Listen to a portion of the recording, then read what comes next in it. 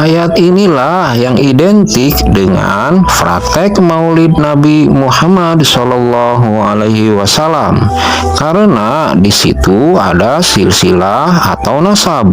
Secara tidak diduga-duga, mereka sebenarnya berkolaborasi dengan jin. Maaf ya, Al-Quran yang bilang, bukan saya.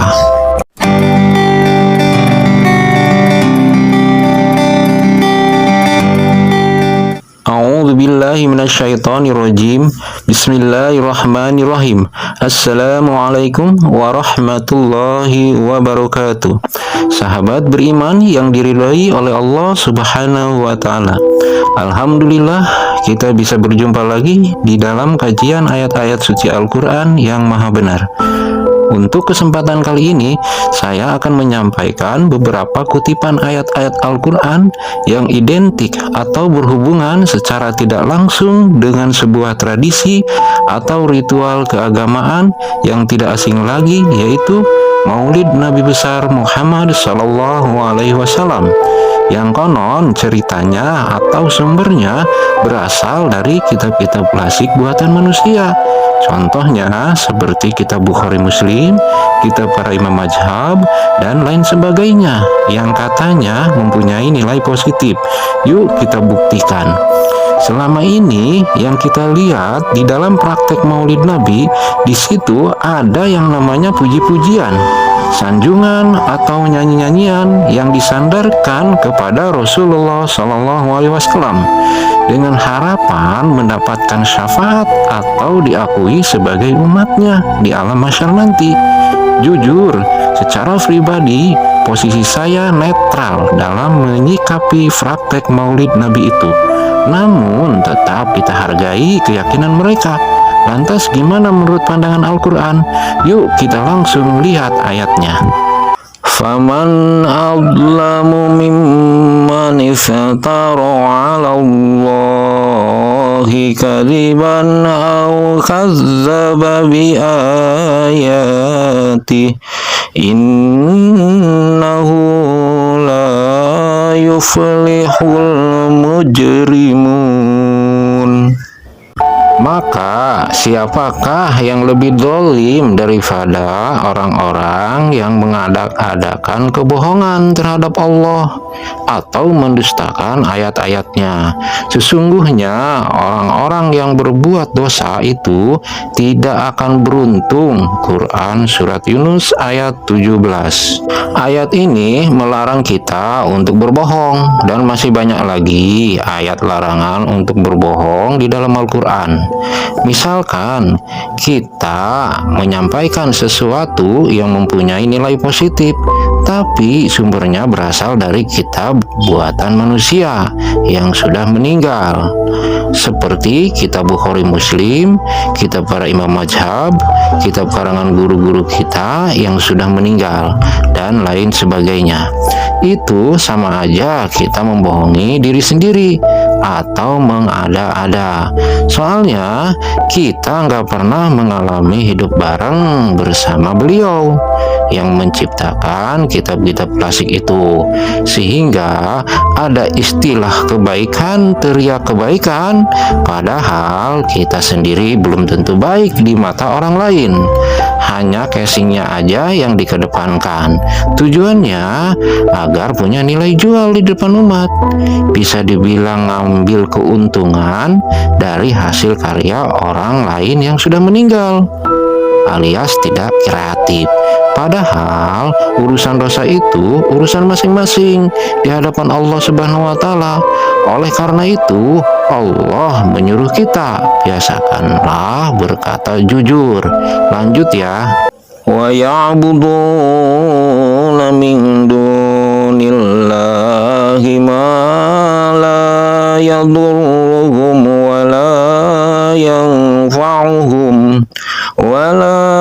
yanfa'uhum wa yaquluna haula'i syufa'auna indallah. Qul atunabbi'una Allah bima la ya'lamu fis samawati ولا في الأرض سبحانه وتعالى عما يشركون. Dan mereka menyembah selain Allah, sesuatu yang tidak dapat mendatangkan bencana kepada mereka dan tidak pula memberi manfaat. Dan mereka berkata, mereka itu adalah pemberi syafaat kami di hadapan Allah. Katakanlah, apakah kamu akan memberitahu kepada Allah sesuatu yang tidak diketahuinya apa yang di langit dan tidak pula yang di bumi? Maha suci Allah dan maha tinggi dari apa yang mereka persekutukan itu. Quran Surat Yunus ayat 18. Perhatikan ayat ini dengan cermat. Mereka yang merasa berpegang teguh kepada kitab-kitab selain Al-Quran mengira bahwa kitab-kitab mereka itu akan memberikan syafaat atau pertolongan di hadapan Allah nanti. Jawabannya tidak sama sekali. Hanya Al-Quranlah yang bisa memberikan syafaat nanti, dan mereka sama sekali tidak mengetahui sesuatu yang gaib, termasuk apa yang ada di langit dan di bumi. Begitu juga orang yang sudah meninggal. Lanjut ya. Khalla sanakhtubu ma yaqulu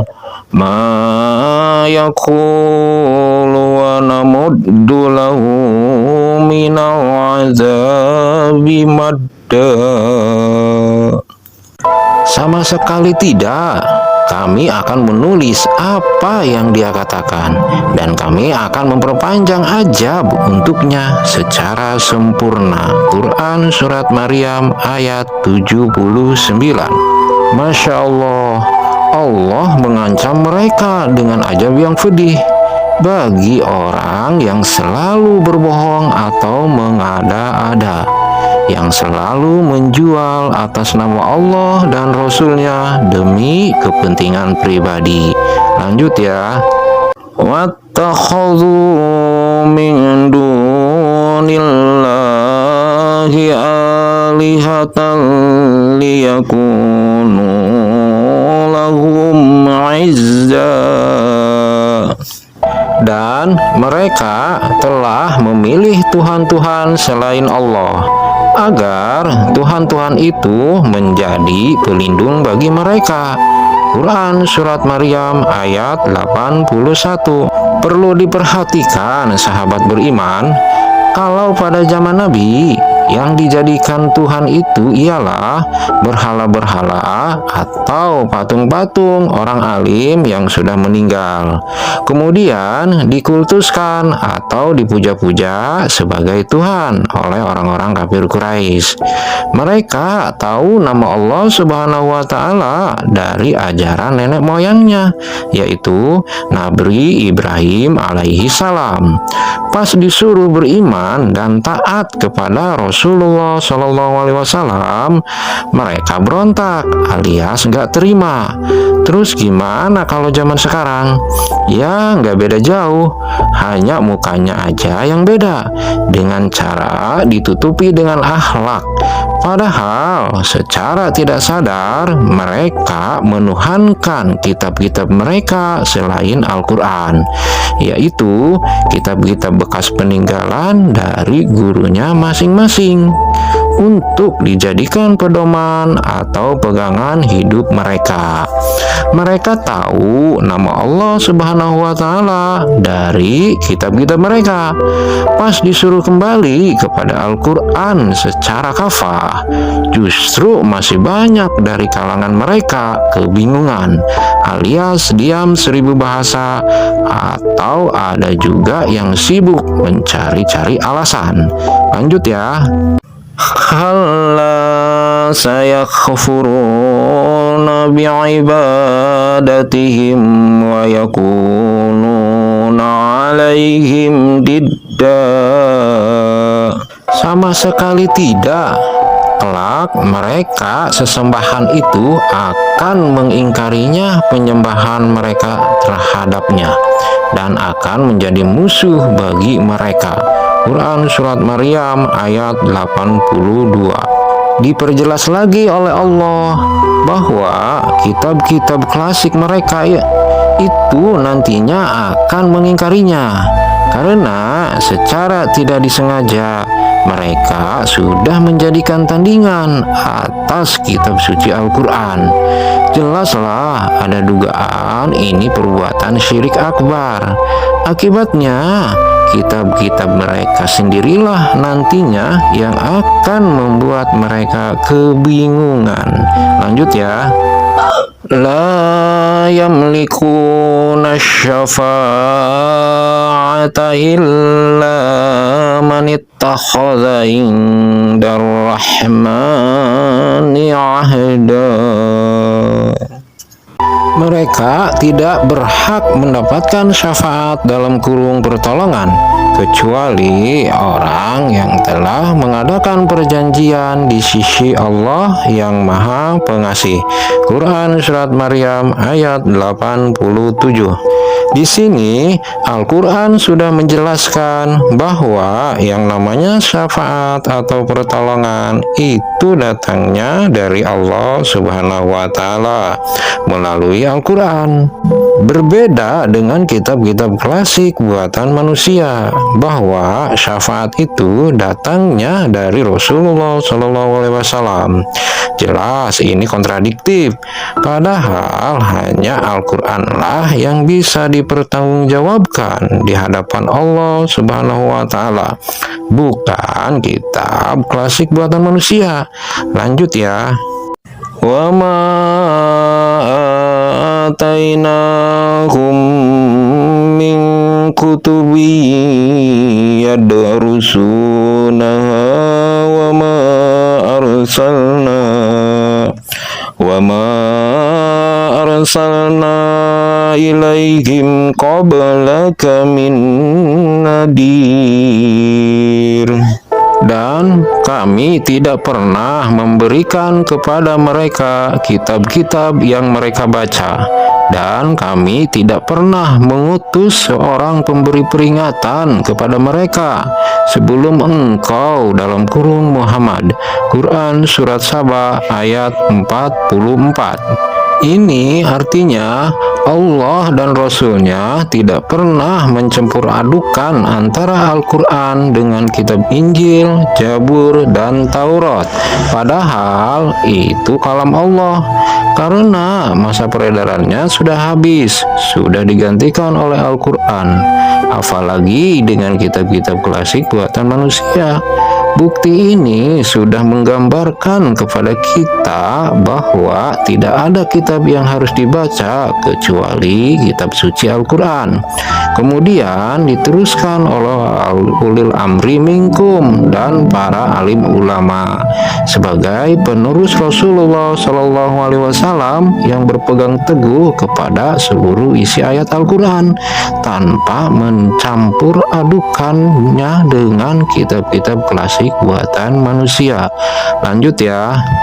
Waja'alu bainahu wa bainal jinnati nasaba walaqad alimatil jinnatu innahum lamuhdarun.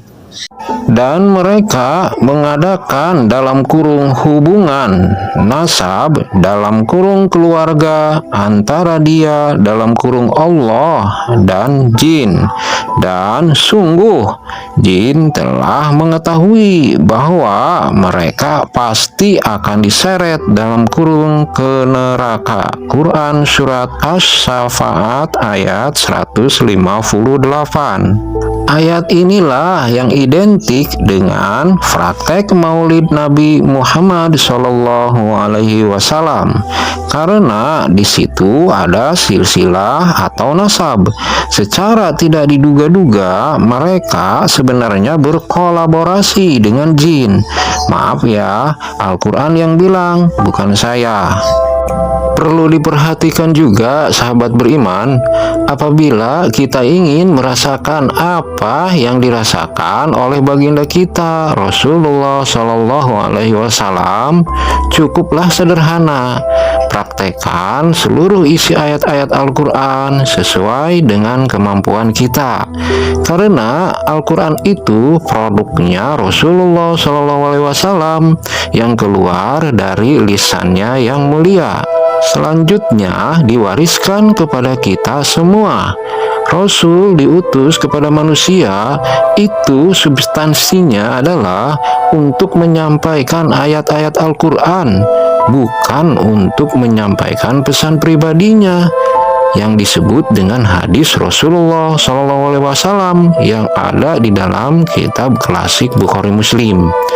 Kalau seandainya Nabi diutus untuk menyampaikan pesan pribadinya, jelas ini sudah menjadikan Nabi sebagai Tuhan. Oleh karena itu, yang namanya hadis itu hanya berlaku kepada umat yang hidup bersama beliau. Boleh kita memakai hadis atau as-sunnah dengan catatan atas nama pribadi. Jangan memakai atas nama Rasulullah Shallallahu Alaihi Wasallam yang sudah wafat. Tujuannya agar bisa dipertanggungjawabkan di hadapan umat nantinya. Adapun praktek Al-Quran itu sepanjang masa, walaupun salah tidak masalah, karena Allah Maha Pengampun dan Maha Sayang. Al-Quran diturunkan bagi orang-orang yang masih hidup. Sedangkan kalau kitab-kitab klasik itu dikhususkan kepada orang-orang yang sudah meninggal, karena sang penciptanya juga sudah meninggal. Jadi jangan dicampur adukan antara Al-Quran dengan kitab-kitab klasik buatan manusia. Itu sama aja menjual belikan ayat-ayat Allah. Lanjut ya ke surah Az-Zumar ayat 3. Ala lillahi dinul khalis walladzina takhadhu min dunihi awliya ma na'buduhum illa liyuqarribuna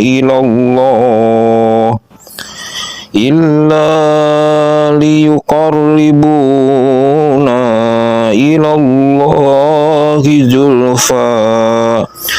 Innallaha yahkumu bainahum fima hum fihi yakhtalifun.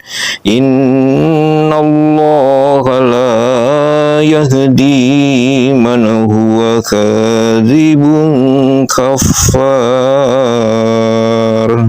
Ingatlah, hanya milik Allah agama yang murni dalam kurung dari syirik. Dan orang-orang yang mengambil pelindung selain Dia berkata, kami tidak menyembah mereka, melainkan berharap agar mereka mendekatkan kami kepada Allah dengan sedekat-dekatnya. Sungguh Allah akan memberikan putusan di antara mereka tentang apa yang mereka perselisihkan. Sungguh Allah tidak memberi petunjuk kepada pendusta dan orang yang sangat ingkar. Quran Surat Az-Zumar ayat 3. Ayat ini ditujukan kepada mereka-mereka yang sering menggunakan bahasa atau istilah taqarrub, yaitu dengan cara mendekatkan diri kepada Allah Subhanahu wa Ta'ala melalui perantara Rasulullah atau gurunya masing-masing yang sudah meninggal, yang berpegang teguh kepada ajaran-ajaran kitab klasik yang turun-temurun selain Al-Quran, yang suka berselisih dan ujung-ujungnya umat terpecah belah menjadi beberapa golongan. Terus, kira-kira apa sih perbedaan antara Al-Quran dengan kitab-kitab klasik itu? Bukankah kitab-kitab klasik itu sumbernya dari Al-Quran? Belum tentu sepenuhnya benar, karena itu karangan manusia. Yang jelas, letak perbedaannya hanya di sisi waktunya saja. Kalau Al-Quran berlaku sepanjang masa, fleksibel, mampu menyesuaikan perkembangan zaman. Sedangkan kalau kitab-kitab klasik itu sifatnya baku alias kaku dan banyak mengandung unsur tekanan di dalamnya atau prakteknya, sering kebablasan tanpa ada perhitungan yang matang. Dan itu juga berlaku hanya pada saat si pengarang atau si pembuatnya masih hidup, karena ada yang bertanggung jawab. Apabila sudah meninggal, semuanya dikembalikan kepada Al-Quran. Lanjut ya. Ma kana li basharin ay yu'tiyahul kitaba wal hukma wan nubuwwata thumma yaqula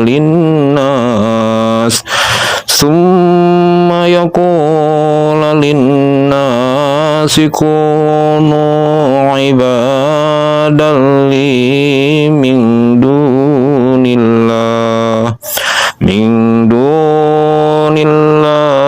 walakin kunu rabbaniyina bima kuntum tu'allimuna al-kitaba wa bima kuntum tadrusun. Tidak mungkin bagi seseorang yang telah diberi kitab oleh Allah serta hikmah dan kenabian, kemudian dia berkata kepada manusia, "Jadilah kamu penyembahku, bukan penyembah Allah." Tetapi dia berkata, "Jadilah kamu pengabdi-pengabdi Allah, karena kamu mengajarkan kitab dan karena kamu mempelajarinya." Quran Surat Al-Imran ayat 79. Ingat, Rasul semasa hidupnya tidak pernah minta disembah, dipuja-puja, disanjung-sanjung, atau diperingati setelah kematiannya.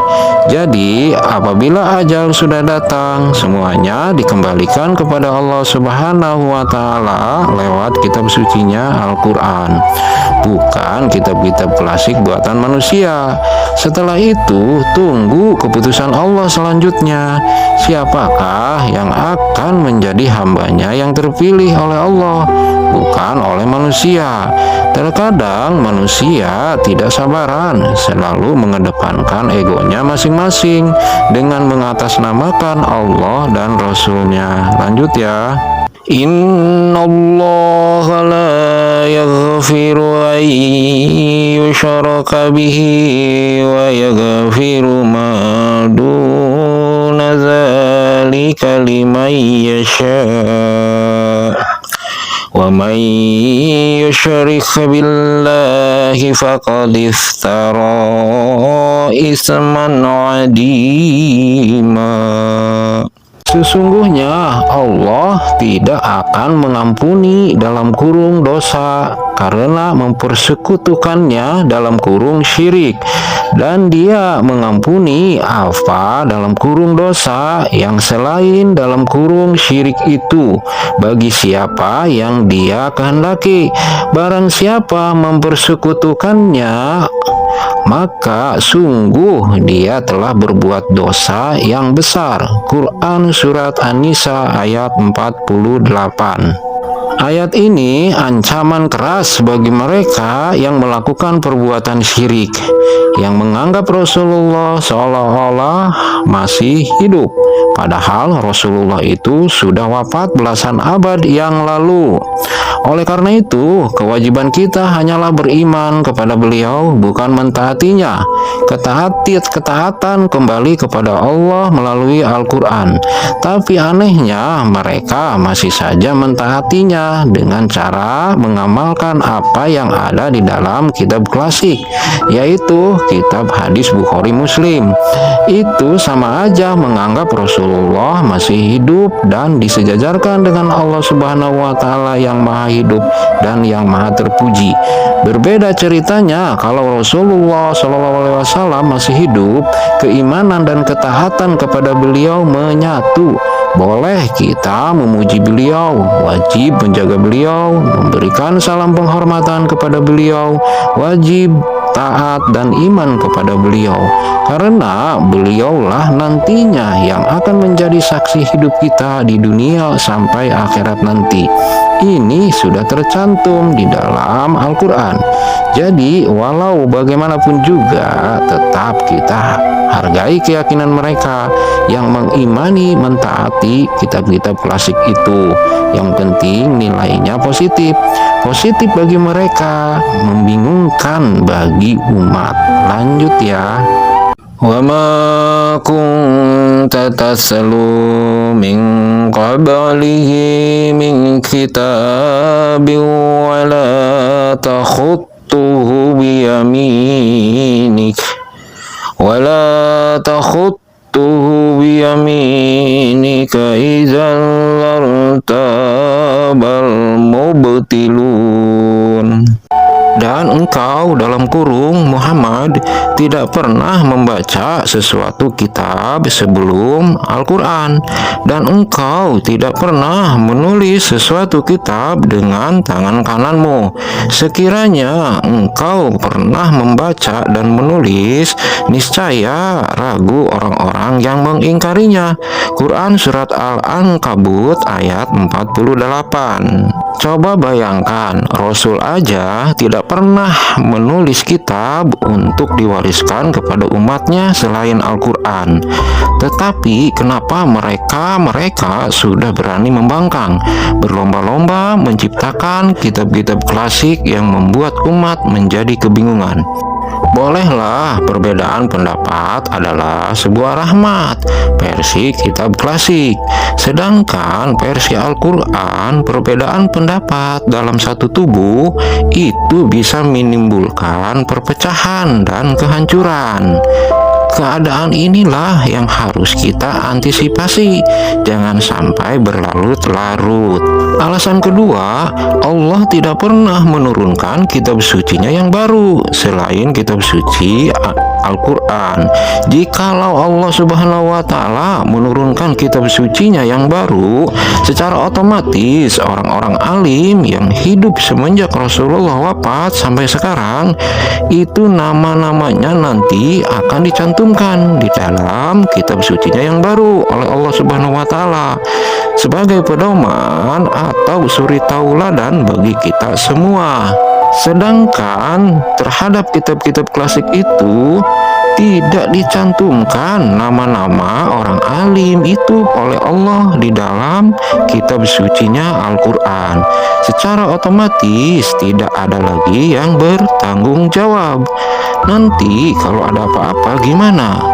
Soalnya pembuat atau pengarangnya sudah wafat berabad-abad yang lalu, sehingga mudah disusupi atau dimanipulasi oleh oknum-oknum yang punya kepentingan pribadi dengan mengatasnamakan Allah dan Rasul-Nya, padahal tujuannya untuk membingungkan manusia. Jadi, apa yang dilakukan oleh guru-guru kita yang sudah wafat, cukup kita imani saja, jangan ditaati. Yang namanya ketaatan dan keimanan itu sesuatu hal yang berbeda, tetapi satu ikatan, ibarat seperti amplop dengan perangko. Apabila orang sudah meninggal, yang ada itu hanyalah keimanan. Adapun ketaatan semuanya dikembalikan kepada Al-Quran. Karena kehidupan yang dialami kita dengan almarhum guru-guru kita itu belum tentu sama kejadiannya. Pasti berbeda zamannya. Hanya Al-Quranlah yang bisa menyesuaikan perkembangan zaman. Lanjut ya. Walahu ma fis samawati wal ardi walahu dinu wasiba afa ghairallahi tattaqun. Dan miliknya meliputi segala apa yang ada di langit dan di bumi. dan kepadanya lah dalam kurung ibadah dan ketaatan selama-lamanya. Mengapa kamu takut kepada selain Allah? Quran Surat An-Nahl ayat 52. Ayat ini melengkapi ayat yang tadi, bahwa hanya Allah Subhanahu wa Ta'ala lah yang wajib diibadahan dan ditaati tanpa batas, bukan manusia atau kitab-kitab klasik. Lanjut ya. Qul innama ana basyarum mislukum yuha ilayya annama ilahukum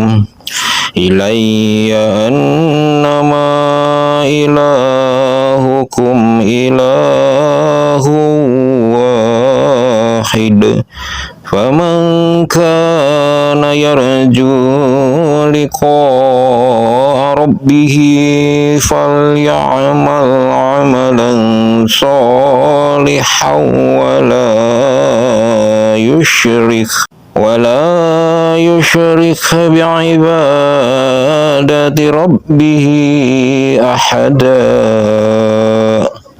Katakanlah Muhammad, sesungguhnya aku ini hanya seorang manusia sama seperti kamu yang telah menerima wahyu bahwa sesungguhnya Tuhan kamu adalah Tuhan yang Maha Esa.